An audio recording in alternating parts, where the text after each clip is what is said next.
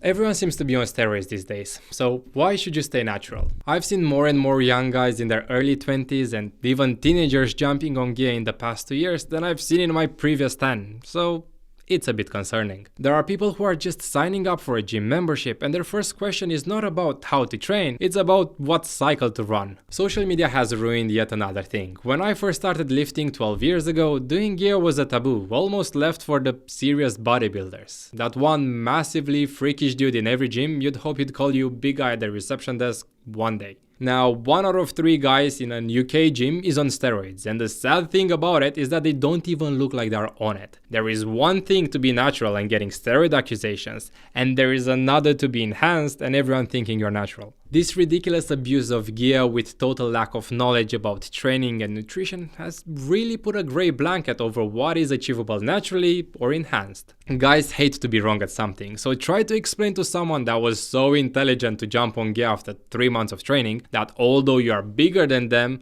you are still natural.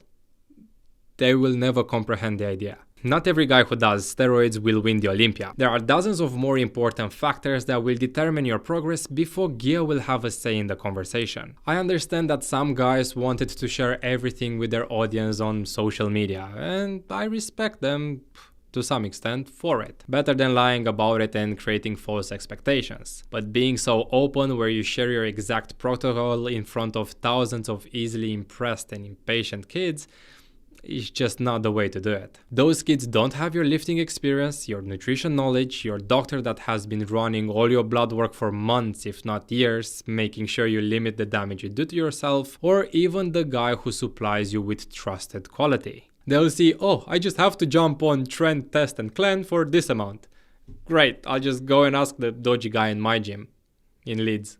Buying gear is probably easier than buying weed, so you're not making it very difficult for them to sign up to the worst idea of their lives that's gonna damage them forever. We got 17, 18-year-olds running cycles bigger than what some professional bodybuilders are. The lack of information is so severe that they are yet to find the price they'll have to pay in the future. The worst thing about it all, a lot of them even quit the gym after 6 months of training because it never got ingrained in them. It was never meant for them, they just wanted the results without the process. The moment they realize that they still have to put in the work and steroids are not just a magical pill that will turn them in Chris Bumstead, they stop training. But now they leave the gym not only without any quality progress or good learning experience, but also hormonally ruined with a high chance of walking around for the rest of their lives with side effects such as gyno. I am a strong believer that unless you want to become a powerlifter, bodybuilder or a strongman and compete at the highest level, because that matters too, no one should be doing steroids. The trade-off is never worth it. Remember that these people have a team that takes care of their longevity.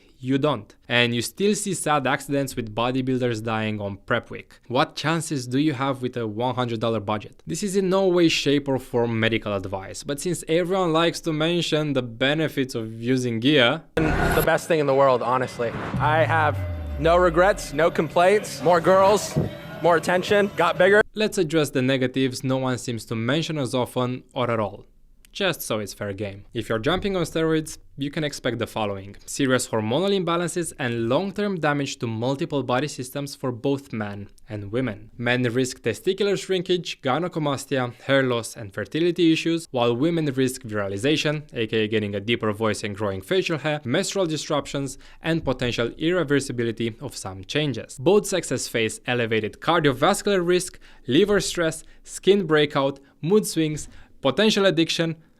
It's ridiculous. There are a lot more, but I hope that's enough to convince you. Oh, but I'll just do 1 cycle and then stop, you say.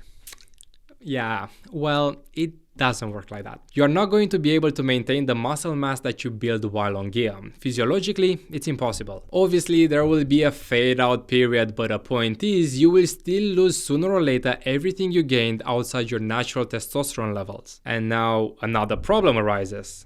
The mental aspect. You have jumped the fence. You have lived the life of your strongest, leanest self. A level you might never reach again if you stay natural. Not at least for a few good years of hard work. This will forever play in your head now. So you either embrace the idea that you might never be that strong again, or you do the easier thing, like most of everyone else, and jump back on gear. And so the vicious cycle begins. And the sad thing is, at some point down the line, you will still need to come off it, unless you don't intend to live for that long. I personally love life, and I want to enjoy it for a long time while feeling amazing in my health. I can also guarantee you that most of the physiques you dream of are naturally achievable within 3 to 5 years of hard work. And if you are very picky, maybe 7 to 10. You just need a good training program, a dialed nutrition, resilience, and discipline. My coaching is linked in the description, but I don't want to stray away from the message in this video. The only time you should consider TRT is when your testosterone will naturally start decreasing. In men, the average age for that is roughly 40. If you're eating well and training properly, you can push it a lot later though. One of my clients is 58 years old and his testosterone levels are just barely now starting to tank. Bear in mind, he has been training his whole life and he's been eating a balanced diet as well. A freak. But it shows it's possible. On the flip side, there will be guys in their early 30s with their testosterone completely crashed due to illness, stress, awful diet, very important, or simply being a couch potato. TRT can do wonders when administered to people who actually need it, and a good doctor will always keep you in the natural range of a healthy testosterone level anyway. I will end with this. Staying natural will have its frustrations for many years. I agree, especially if your close circle is enhanced. But once enough time goes by and you start to reap the rewards, I cannot tell you how satisfying that feeling is. Having put so much work into and finally seeing tangible results just hits different. Then you start getting steroid accusations and it feels even better. I've been training for 12 years now. I've done the trenches, and although some would look at me and think it's nothing because social media made sure to ruin any natural perspective, I am extremely proud of what I've achieved, and I only wish you will get to feel the same about yourself one day. Remember, never sacrifice your health for something that was meant to improve it in the first place. Stay natty, boys. It's doable. And I'll see you on the next one.